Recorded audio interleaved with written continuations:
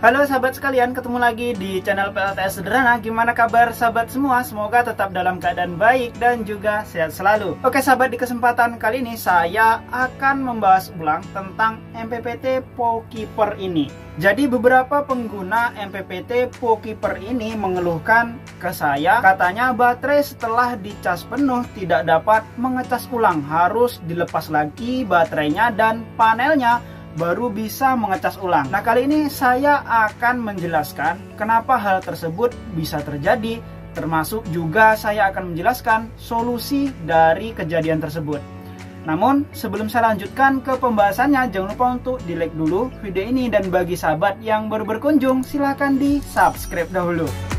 Oke sahabat, salah satu penyebab kenapa SCC ini tidak mau mengecas lagi ketika baterai sudah penuh dan cut off tapi tidak mau mengecas lagi. Nah, itu penyebabnya adalah settingan resume charging yang terlalu rendah. Yang mana sih settingan resume charging? Tekan yang segitiga ini kurang lebih 3 detik, maka akan muncul yang pertama, paling pertama menu ini adalah settingan resume charging. Nah, jika di setting 13,4 maka akan mengecas ulang setelah penuh di voltase 13,4. Nah, gimana caranya supaya cepat mengecas lagi? Maka untuk settingannya ini dinaikkan. Nah, naikkan ke 13,8 atau 13,9, maka akan cepat sekali naik. Coba ditekan ya. Nah, gitu.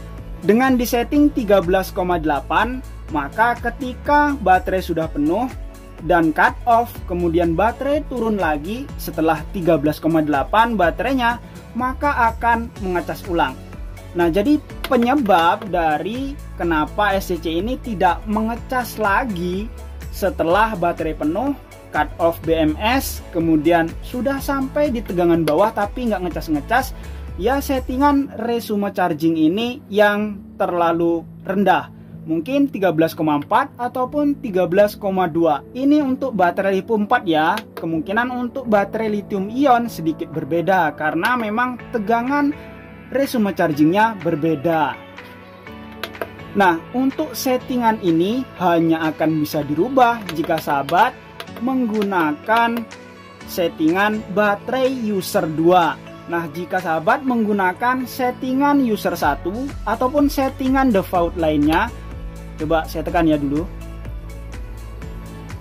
Nah, jika sahabat menggunakan settingan baterai lithium ion 4 seri 3,7 atau 3 seri, atau baterai lithium 4 5 seri, baterai lithium 4 seri, ini float, maka itu nggak bisa dirubah untuk settingan dari resume chargingnya. Nah, itu juga akan terjadi ketika sahabat hanya menggunakan user 2 ini. Jadi penting untuk mengetahui kondisi dari baterai sahabat. Jika sahabat menggunakan baterai lithium 4 ataupun baterai lithium ion, kemudian menggunakan settingan user 2, maka untuk settingan resume chargingnya bisa dirubah. Namun yang bisa dirubah hanya 2 ini saja, settingan pengecasan dan settingan resume charging. Untuk yang lainnya tentunya terkunci. Jika ada tanda ini artinya ini nggak bisa dirubah ya. Ini default bawaan dari SCC MPPT nya ini.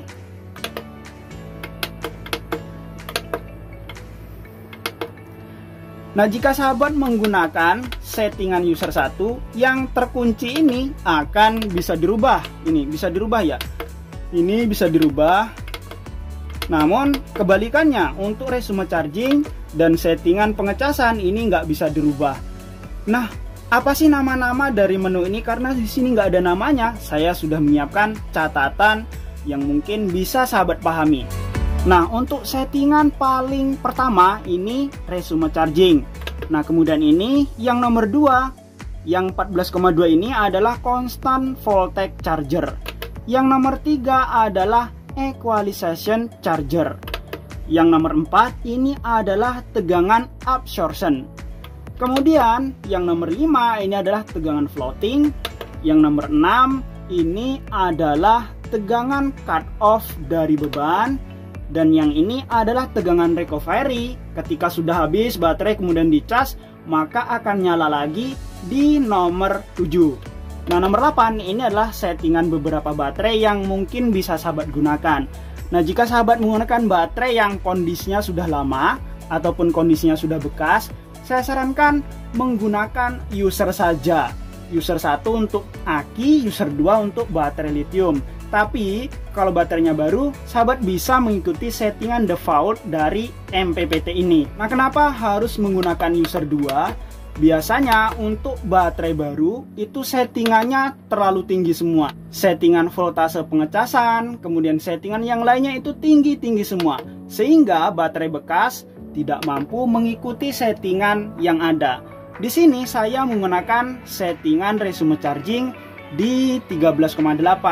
Ini ketika misalnya baterai penuh, tidak lama kemudian akan mengecas ulang.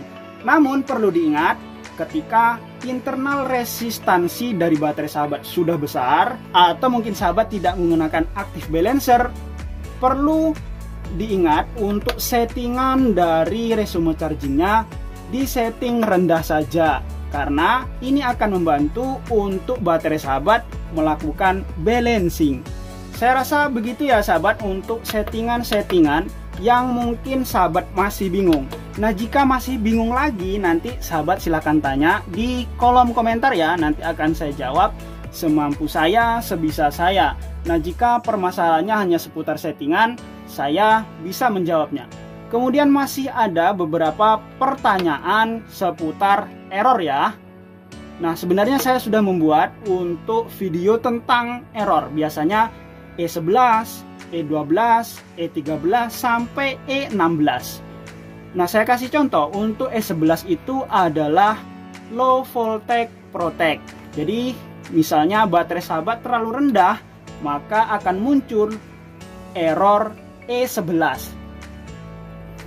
Nah, begitu juga untuk E12, E13, dan seterusnya. Sahabat bisa tonton video saya, silahkan di searching di playlist yang sudah saya buat khusus untuk MPPT POMR ini. Sudah saya buat playlistnya sendiri, bisa ditonton di sana.